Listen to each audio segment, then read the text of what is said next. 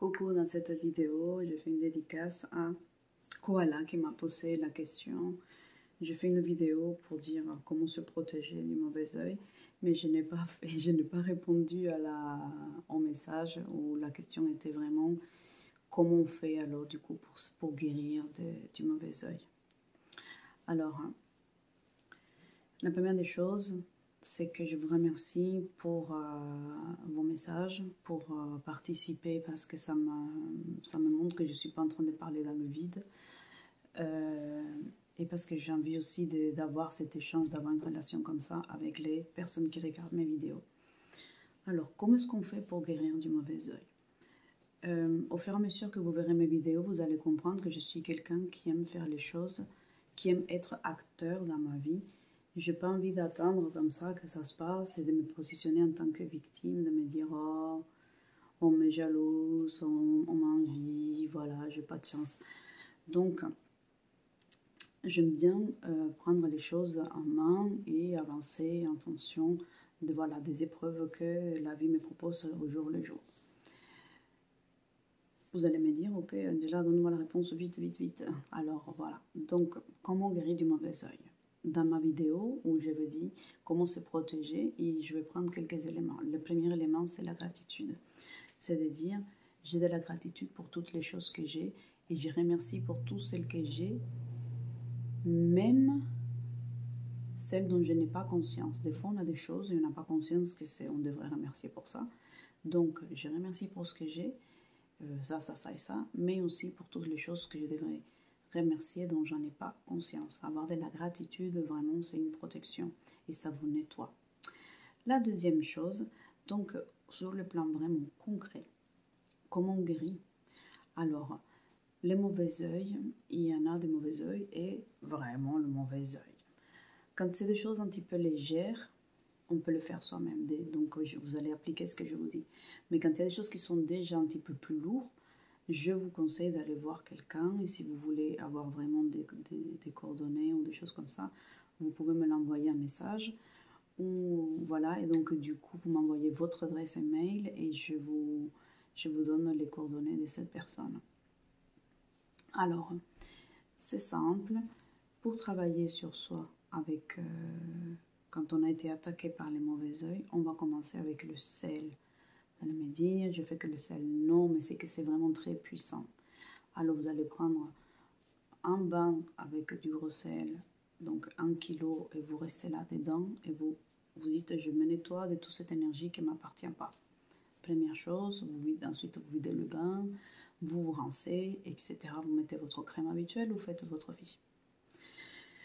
Deuxième chose, vous écrivez sur un papier, je récupère toute l'énergie qui m'a été prise à mon insu. Point, c'est tout. Ces papiers-là, vous les gardez avec vous dans votre sac, dans une poche, et vous le répétez. Le but, en fait, c'est de garder ce pouvoir en écrivant sur vous et de le dire. Je récupère toute mon énergie et tout mon pouvoir qui m'a été pris à mon insu. Tac. Et là, comme par hasard, au fur et à mesure que vous répétez ça la journée, vous faites ça pendant 2 semaines, tous les jours, vous allez avoir autour de vous des personnes qui vont soudainement se sentir mal. Et vous n'allez pas comprendre, et ces journées ne vont pas comprendre pourquoi. Mais en fait, c'est juste que vous les avez récupérées. Vous avez récupéré votre pouvoir, vous avez récupéré votre énergie. Donc ça, c'est un élément qu'on fait au fur et à mesure. Et ensuite, une fois que vous avez fait votre bain de sel, vous allez prendre un bain, pas un bain, mais vous allez préparer quelque chose. Donc vous prenez dans une casserole, vous allez mettre 3 dents d'ail, vous allez mettre une cuillère d'huile d'olive et vous allez mettre aussi du romarin. Vous faites tout ça infuser. Une fois que c'est infusé, voilà, vous vous rincez avec, vous faites, si vous êtes croyant, vous faites les prières que vous souhaitez et vous dites je me nettoie avec cette eau de tout ce qui m'a été fait pour m'enlever mon pouvoir. Parce que c'est toujours une question de pouvoir. Et enfin, pour clôturer, pour soigner cette histoire des mauvais œils, vous prenez des fruits et vous les faites, vos fruits et quelques fleurs, vous mettez, vous faites une jolie composition, vous la mettez au milieu de la table en guise de gratitude.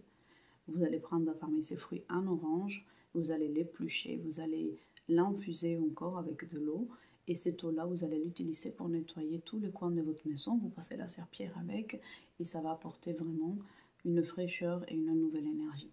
Voilà ce que moi, je vous conseille pour guérir le mauvais œil. Le mauvais œil, vous allez me dire, qu'est-ce que ça a à voir avec la maison?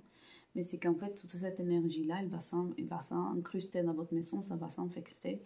Et donc, le but, ça va être de les nettoyer. Et donc, on les nettoie en apportant du coup de la gratitude avec ses fruits. On la nettoie en récupérant son énergie, en s'enlevant cette énergie négative avec le gros sel et ces bains-là que je vous ai donnés, donc avec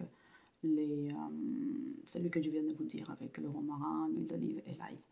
Donc voilà, j'espère que cette vidéo elle va vous plaire, elle va être vraiment utile pour vous. Merci encore pour votre message et continuez encore à regarder mes vidéos, à me suivre et à partager cette vidéo pour que cela puisse arriver à un plus grand nombre de personnes qui en ont besoin.